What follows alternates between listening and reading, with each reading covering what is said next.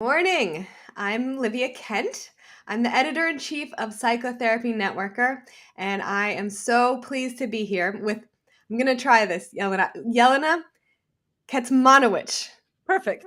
Close? Okay.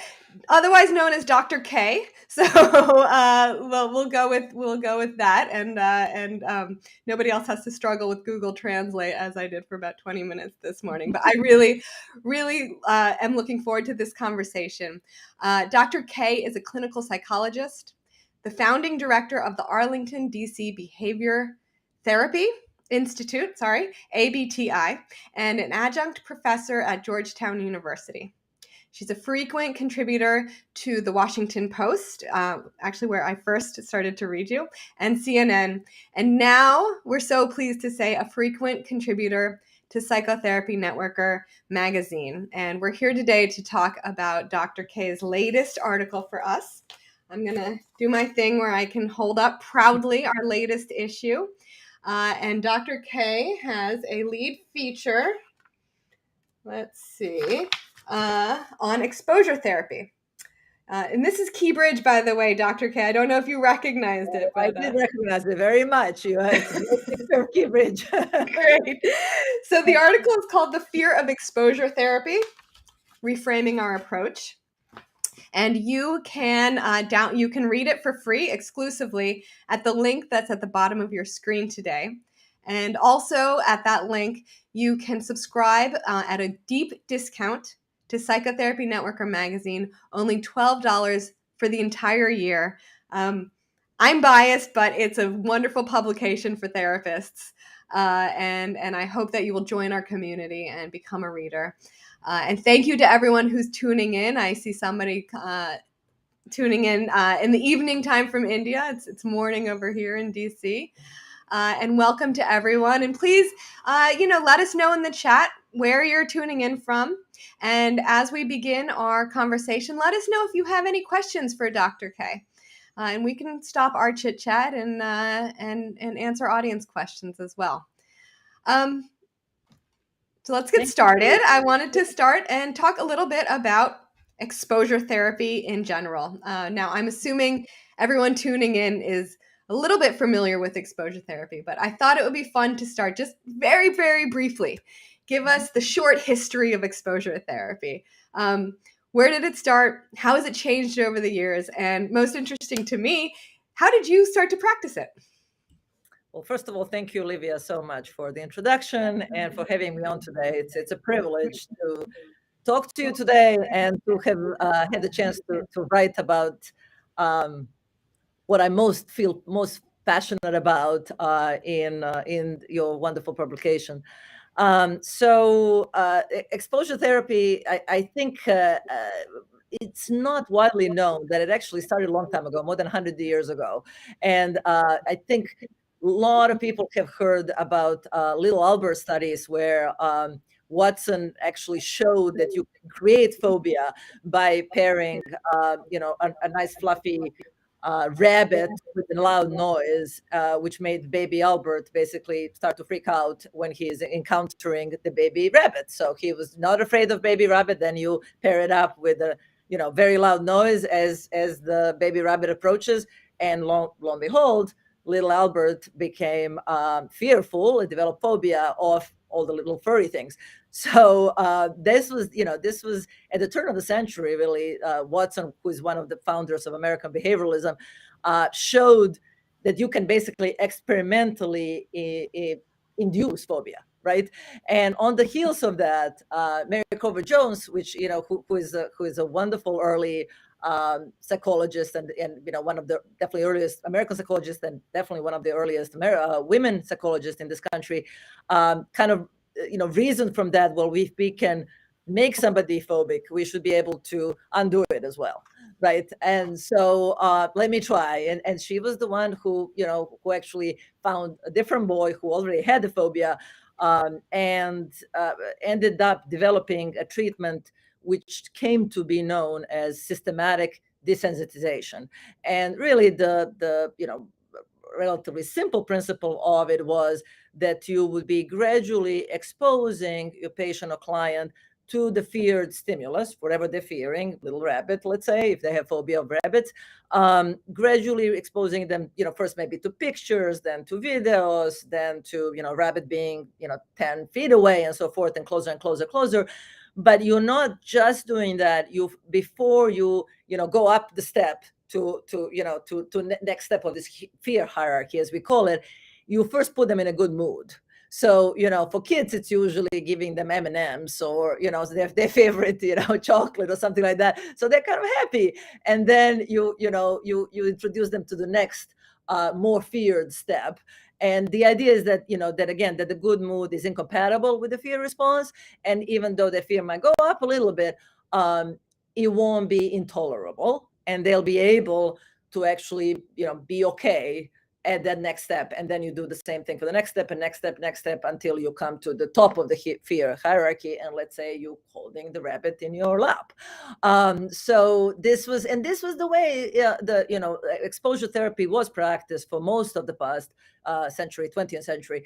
And then in the last couple of decades, the field has moved in response to really research showing that for adults, at least, you really don't need to pair it up with this pleasurable response. In adults, with the pleasure response or incompatible response was usually inducing relaxation, by progressive muscle relaxation or diaphragmatic breathing, or one of our techniques that we know we can use to relax people. So we used to do that, while exposing them to fear stimuli. But we realized that you don't have to do that.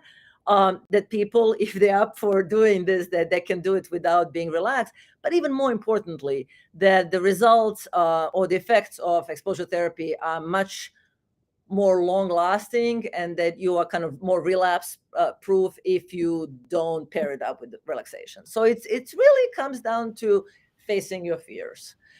Okay, you face your fears. You've been dealing with these fears for a long time, and now in the context of therapeutic encounter, we're going to help yourself face the feared situations, people, memories, images, objects, whatever it might be. So when did you first know that you wanted to work with phobias and fears and people's deepest discomforts? Well, as I think for a lot of us, the story does start personally. I happen to be from Sarajevo, ex-Yugoslavia, and I did live through the war in ex-Yugoslavia and Sarajevo. And what was fascinating to me was that when I lived in a situation where fears were, for a couple of months, fortunately, and then we were able to get out of the war. But fears were very much real. We make a distinction, right, between fear and anxiety. Fear is if there is a life-threatening situation living through, like an ancestor past, we would be encountering a lion. Then of course you have the sympathetic arousal, fear. You have a basically. Fight or flight reaction or freeze, as it might be. And physiologically, what your body is doing is preparing you to either run away from a lion or fight the lion, right? So it was very much adaptive response, right? And so, when we were being shelled and under sniper fire and so forth, there was a real fear. And I very much felt that surge of, sympathetic arousal in that moment. And that was adaptive. That was, you ran away, you ran to the basement, if you heard the sirens, you went to the shelter and so forth. And so, that was obviously quite hard. And we were again lucky to get out. I was very fortunate to have come then to America. What was fascinating to me that years later, just thinking about either those memories from the war, but also about, having exam next day that's very hard, or having a dream from which I wake up is sort of in a nocturnal panic that I've been late to the class and so forth. So the situation where there's no concrete situation right at that moment that I need to fight or flee from, but it's causing my body to react in exactly the same way. And of course, that is the distinction between fear and anxiety, right? We have this evolutionary response that it was very helpful in our evolutionary past, and it's still helpful when we actually encountering threatening situations. But anxiety is this free-floating fear that happens to, in response to imagined threats, right? And memories from the past, imagined threats in the future, and often social and symbolic threats. And it was just the idea that your body reacts in a very, very similar way, as if you're being bombarded right now, or as if the lion is there. Just really intrigued me deeply, and that kind of led to me wanting to study psychology also, and to be interested in anxiety disorders. And so one thing that was in evolutionary past helpful for us is really detrimental, because at this point what's happening with our body is really, really uncomfortable. We really don't like it, so we do everything possible, consciously and unconsciously, to run away from those sensations. So they're not adaptive anymore. The sensations are now a nuisance, right? And not only that, we don't like them. We're afraid of them because we think something is now happening badly with our body, and we develop these really non-adaptive strategies to run away from distress, from feeling yucky, from feeling fearful, from feeling uncertain, from feeling freaked out, from all of that. And all the strategies that we engage in for avoidance, of course, become a thing that leads to anxiety problems, anxiety disorders, because the more we avoid, the symptoms of anxiety come back more with a vengeance. As Jung said, what you resist persists, right? And Indeed. so he said it again more than 100 years ago. So it's also fascinating. A lot of the stuff really that we base our contemporary therapeutic approaches, you can find in earliest psychiatrists, you can find in also like existential philosophers, in the last century, writing about 100 years ago. You can definitely find it in Buddhist texts from thousands and thousands and thousands years ago. So so it's exposure therapy is not, I think, anything new. It's just packaging something, conceptualizing it in a very specific way. But this idea that you cannot outrun your fears and your anxiety. At the end of the day, you have to lean into them and accept them and be able to confront them open-eyed. And that's the only thing that can actually help you move through, right? Is what's I think still one of the most fascinating things in my field. So that's what got me into it. And then in my grad school, I went to Temple University in Philadelphia, and it was like a scientist practitioner model of training. And so I was involved in a lot of CBT research, and then I was exposed to a lot of cognitive behavioral therapists, including therapies, methods, including exposure, and that's when I started doing it. Well, speaking of research, you bring up a really interesting point in your article based on research. Yes. We know that exposure therapy is one of the most impactful interventions or techniques you can apply in the treatment of anxiety. Evidence-based research tells us that, and yet not many therapists want to do it. So if it's so effective, I talk a little bit about, because I find this so fascinating. If it's so effective and therapists want to be effective in treating their clients' uncomfortable anxieties, why don't we do it more? What is the problem with exposure therapy as we know it in its traditional form? I think that as it comes to anything in our field, there are multiple, I think, explanations for it. However, there's an obvious, simplest one, and that is that it is very uncomfortable for therapists to sit with discomfort that clients or patients are feeling when doing exposure therapy. I think that most of us went into this profession in order to help people, right, and to help people feel better, and we not to do harm, and to be compassionate caregivers in a way. And I think that there's also even some self-selection in terms of personalities, right? We don't like to see people suffer, and we want to alleviate suffering. And when we get people on board with exposure therapy, and often we do exposures with them, sometimes they can be very uncomfortable for us, sometimes less so, depending where we're coming from. It is really hard to see clients get, in a way, feel worse before they get better, right? There is no way, again, to get to the other side of fear without feeling that anxiety in the moment. The exposure therapy is not actually effective unless the clients feel heightened anxiety as they are engaged in exposure. And you see people in front of you suffering, by doing something that you've suggested to them to do, and something they've maybe avoided all their lives. That's hard. I think that's really, really hard to sit with that discomfort in a room. And there's also this pull, right, for all of us to fix it, to make it go away, right? And yet the only thing that really is important at that time is that you're there with them, and you're not fixing it, or you're not taking it away. You are sitting with this discomfort, and you're sitting with your discomfort at watching them be in discomfort, right? And that's, I think, really, really tough. That is really tough, even for I think practice therapists, and then some types of exposures.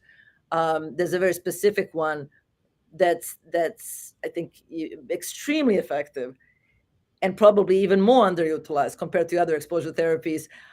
It's called interoceptive exposure, and that can be used basically with any anxiety disorder, even though originally it was meant to be an essential treatment in treatment of panic disorder and panic attacks. And interoceptive exposure basically has you doing it with a client, inducing physical sensation of anxiety right there in the room, right? So almost, inducing little panic attack in the room with clients. And so the simplest way to do that is to hyperventilate. So we do, 60 minutes of with a client. Try this for 60 seconds, then 5-second break, 60 seconds, 5-second break, and 3 to 5 times, actually. It's a very uncomfortable feeling. I mean, even as I start to do it, like I get a little dizzy, you get hot, you start to feel those sensations. It's an excellent, I think, way for therapists to get really experientially a sense of what our clients are feeling, because we're getting that flavor of these really uncomfortable anxiety sensations. And to do it properly, you really have to do it with a client. So again, this is pretty obvious. We don't like doing that, and the big joke enough, especially CBT world, is like, and you getting ready to do exposure therapy, and you're preparing to do exposure therapy, and you talk about doing exposure therapy, and you're at 8 session, you still haven't done exposure therapy. So how do you actually, jump into it? It's not easy. It's not easy. So if you're just tuning in, I just want to reorient us. This is Dr. K, the author of a great feature in our latest issue of Psychotherapy Networker. If you'd like to read the article called The Fear of Exposure Therapy, you can do so at the link at the bottom of your screen, psychotherapynetworker.org/Jelena. You can download the article, you can read it. You can also subscribe to the magazine at a deep discount. Special price, $12 for the entire year. That's 6 really, really great issues for all mental health professionals. And I invite you to join our community and become readers. So, Dr. K, you've just kind of very, very vividly explained the problem with exposure therapy. It's uncomfortable for therapists and clients. You've kind of, in your own way, reimagined exposure therapy a bit. And you had a very personal experience that you write about in the article that led to this. I don't know how you characterize it, but maybe, your spin on exposure therapy is exposure therapy with an existential edge, where you're really getting at those universal fears of being a human and being alive on this planet. So tell me, if you could kind of recount that experience that led you to put an existential edge on your own work, and what does this look like in practice? So the situation I describe in the article, and I start with the story of a client who had basically panic disorder with agoraphobia, if we were going to put it in clinical terms. And her agoraphobia showed, not surprisingly, showed up in spaces, in places where it was hard to escape from. And one of those typical ones are bridges. And that's pretty tough if you live in DC area, because we have this Potomac River running through the city, and you have to crisscross bridges a lot. And she had to actually, for her work and home, were on different sides of the river. And so we started doing some exposures, driving over bridges, and being in other different situations, which she found difficult to encounter. And then finally, my office happened to have been just across Key Bridge. So the Key Bridge kind of connects Georgetown neighborhood of DC and Roslyn neighborhood of Arlington on Virginia side. And so you could walk to Key Bridge like in 10 minutes from my office. And, I finally said, okay, I think it's time. It was a hot summer day, sticky, very sticky, hot day in DC, as DC tends to have these days in the summer. And I said, okay, let's you and me go to the bridge. And so she was up for it. I mean, we had been doing pretty well thus far, although, we really, haven't exposed her in such a sort of more dramatic way to like what happens when I'm standing somewhere from which there is no escape, right? Or the escape is, jumping off the bridge, right, to your death, or like something really extreme.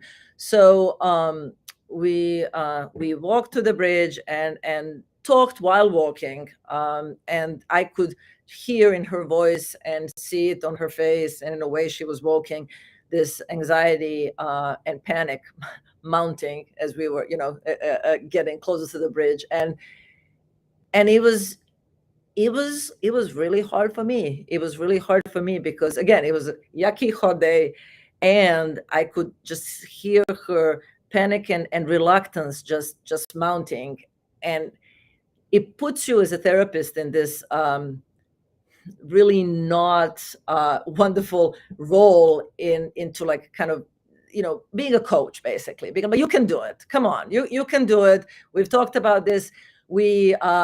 I fell back on what I think often we in CBT especially fall back onto, which is the data, the science of it. We know exposure works. I had been doing it at that time for 10 years, probably, all different kinds of exposures.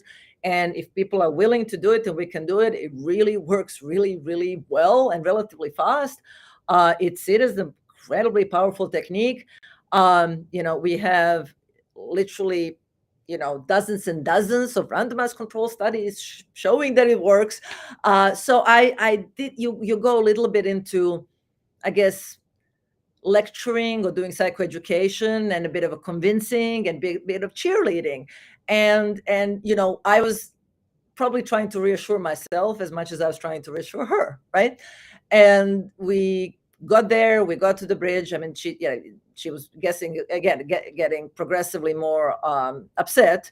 But finally, when we got to the middle of the bridge or so, somewhere in the middle of the bridge, I said, let's stop. And we did. And she was okay. I asked her how high anxiety 1 to 10 is, which is a difficult thing you ask in exposure therapy. She was like, oh, it's up there. It's a 9 out of 10. I said, okay, so can we just kind of, sit with that for a while? We did. And then the next step, so, going up the step, I said, okay, how about we lean onto the railing that you see in the picture in the magazine? And we did, together. And I realized that she was keeping her eyes closed, right? Because yes, there you go, that's the railing. And she was keeping, very, very closely shut.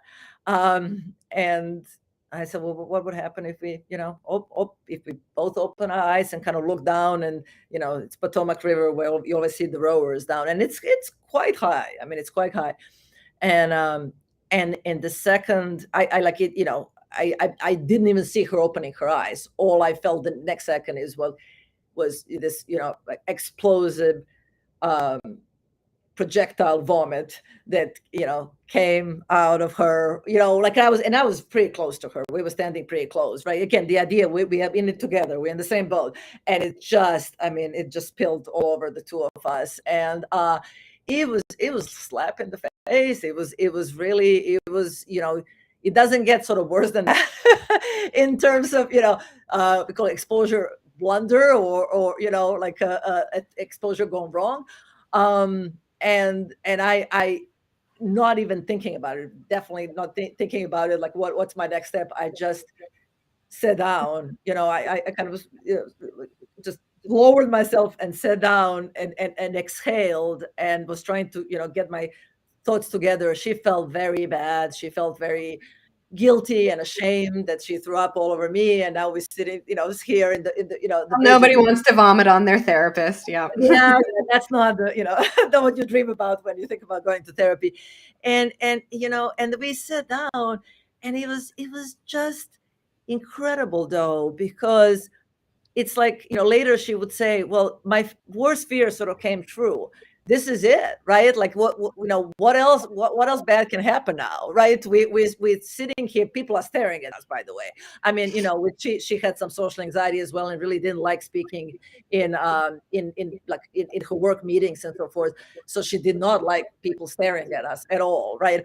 Nobody likes it, right? We were sitting, and people were looking and kind of like smelling us and moving away, and we would just sit there for a little bit. And the first thing that came out of my mouth, again, like, kind of instinctively, is, I think I'm not going to say ever again that I know exactly what's going to happen. What I was doing just, 15 minutes prior, and saying, I know how this is going to work. I know how this ends. Science tells us. And yet, life is full of surprises. And I said, I'm not.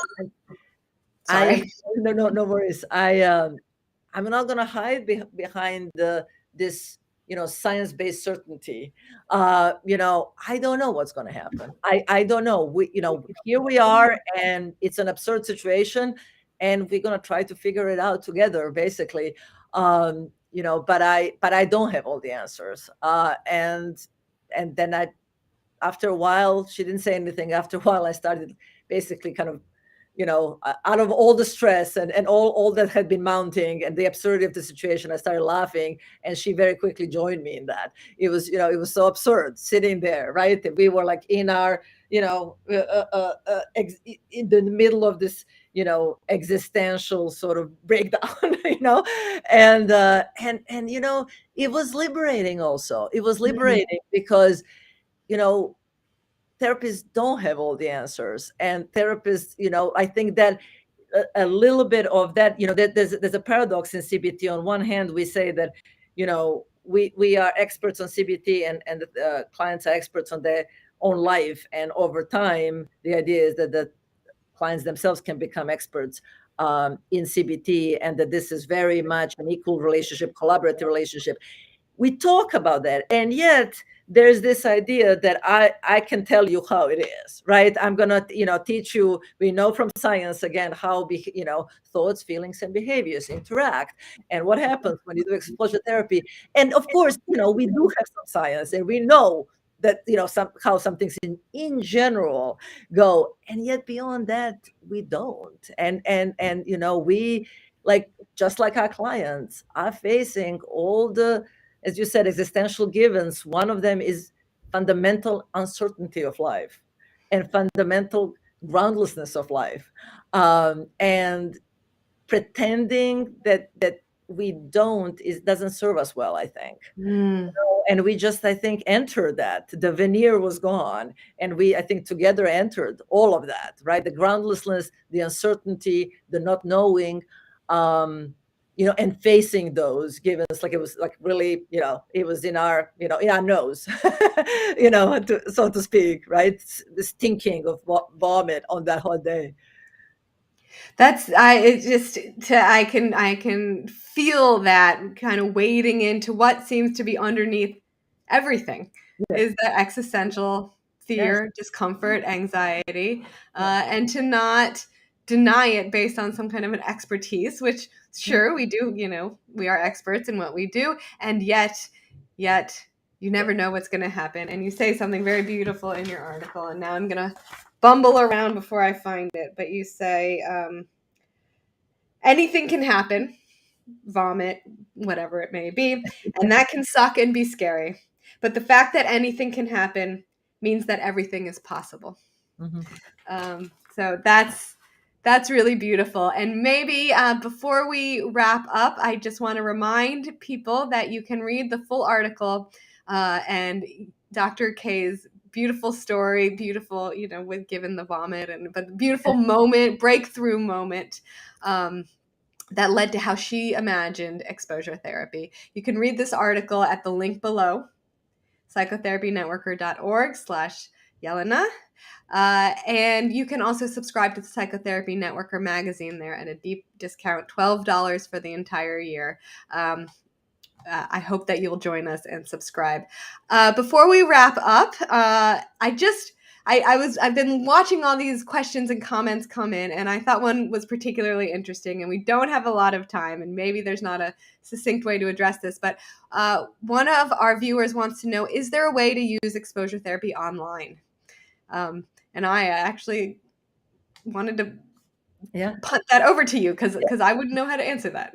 Yes. Well, I have two answers to that. One is, whether we can do exposure therapy, whether it's, we call it in vivo, but virtually. So, so having, doing therapy virtually, like we're doing now through video, right?